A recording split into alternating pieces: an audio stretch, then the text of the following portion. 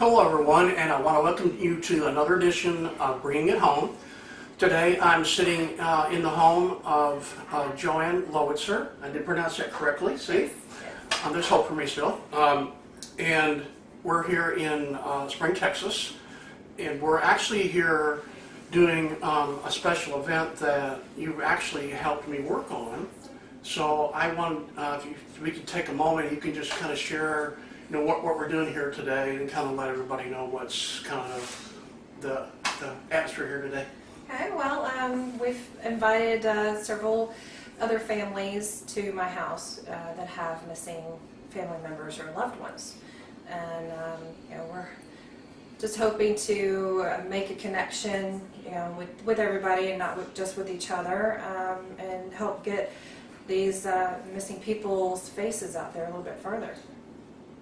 It's a great thing, and one of the things obviously that anybody that's been around me a little bit knows is I think it's really one of the most important things to do is to develop relationships and have people that you can work through things and together, and I think it's developing that's really important, and I just want to applaud you for doing that. Not only because of that, but you are not only just kind of helping other families, you're also a family of a missing person. Mm-hmm. And so even in the midst of that, you're reaching out to help other people, and which is just phenomenal. And, thank you. And obviously you and I have kind of followed each other for a couple of years, mm-hmm. and seen what we're doing. And so, we just kind of got to meet last night, face to face for the first time. Mm-hmm. So Facebook people, some of them are really real, believe it or not. Not just, they're not all frauds. So, but we got to meet, and for me, it's been really enjoyable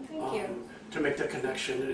And it wasn't probably until I think that we met face to face that I really realized the reality of what you've really done and how far you've come, and things are just really made an impression on me. But you have a missing family member, mm-hmm. and I would like you just to share just a little bit about her, introduce her to the public, and a little bit about what's happened, if you could. Okay. Well, my daughter Alexandria is missing. She's been missing for about 6.5 years.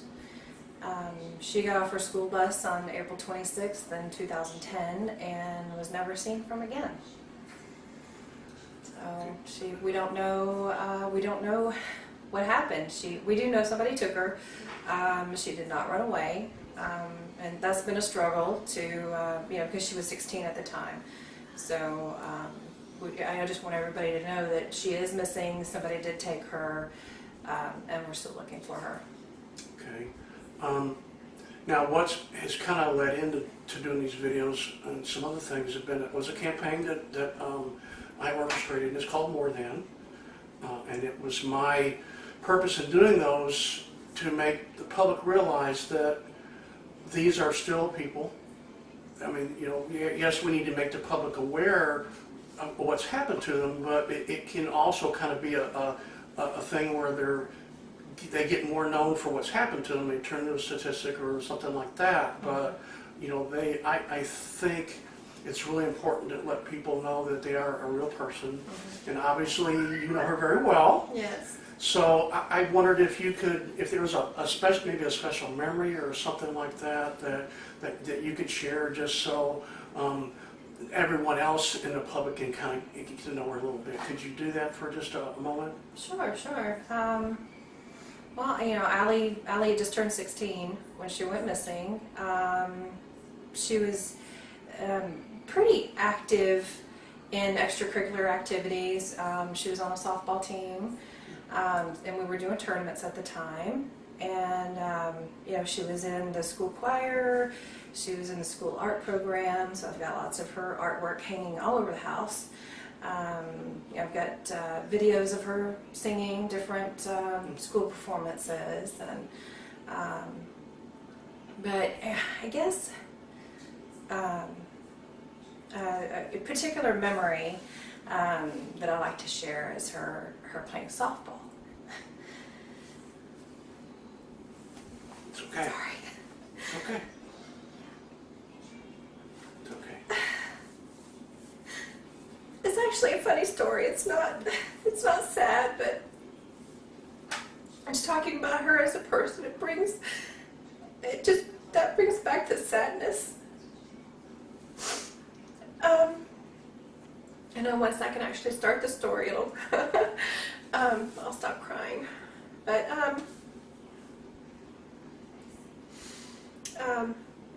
Allie wasn't an excellent softball player, but she loved the game, she loved the activity, and especially she liked her teammates, and some of the other girls on the teams that she'd been playing with for several years.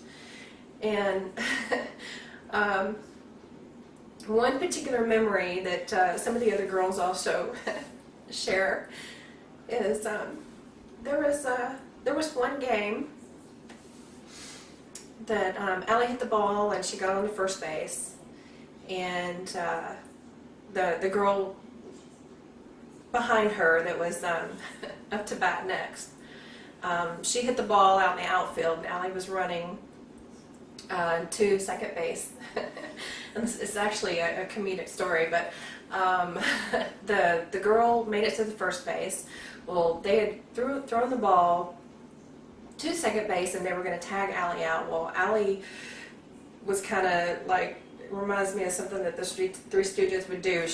They were playing basically chase, and Allie was trying to keep away from the girls with the ball, and she ended up stepping on second base, and then she was heading towards third base, and the third baseman was ready to catch the ball. She was standing right in front of the base, and Allie was just barreling through, and I guess she thought that the girl would move. Well, Allie ended up knocking the girl down, hitting her in the braces with her elbow. And Allie didn't realize that she hurt the girl. She ran home, and the third baseman was on the ground. She was holding her mouth. Well, Allie was so upset that Allie started crying. So we had Allie crying because she hurt somebody, and then we had the third baseman on the ground. And it was really funny, but that's the type of person that Allie is, and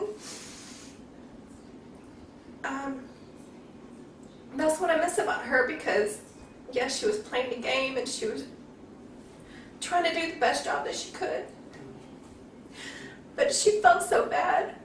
I mean, she talked about it forever, about hurting that girl, and Allie she has a really big heart, and her passion for caring for other people is one of the things I miss the most about her. Now obviously you've done an amazing job, and I probably can't compliment you enough with what you've done, and as far as getting the thing out there, and it's all over social media, and obviously a lot of other places as well. And if someone out there wanted to know more, or possibly had a tip or something, how could they get a hold of, or get a hold of a tip, or their place on Facebook they can contact? How could they get some information to you? Well, if someone out there does have information about Allie, there's several ways to get that information in. Of course, the first place would be to call the law enforcement. It's Harris County Sheriff's Office. But what I would really recommend is calling the NCMEC, which is the National Center for Missing and Exploited Children. And their phone number is 1-800-THE-LOST. If you wanted to contact the family directly, there's a Facebook page. It's called Hope for Allie. We also have a website. It's alexandrialowitzer.com, and you're able to contact us by email that way as well. Okay. Well, I know this is hard. I understand that, but I'm really proud of you for what you've done. Thank you. Especially you miss it all happen to other people. And what I want to encourage all of you to do is, please share this video with others, and do the one thing. If you've got a way that you got a missing person's family in your area, find out what you can do to help them. That help even just letting them know that you care means a whole lot more to them, I think, than people realize. And by doing that, you're helping them and me and so many others to keep hope alive. All I want is everything I lost, no matter what the cost, 'cause I've already paid. All I want is a memory or two, like the one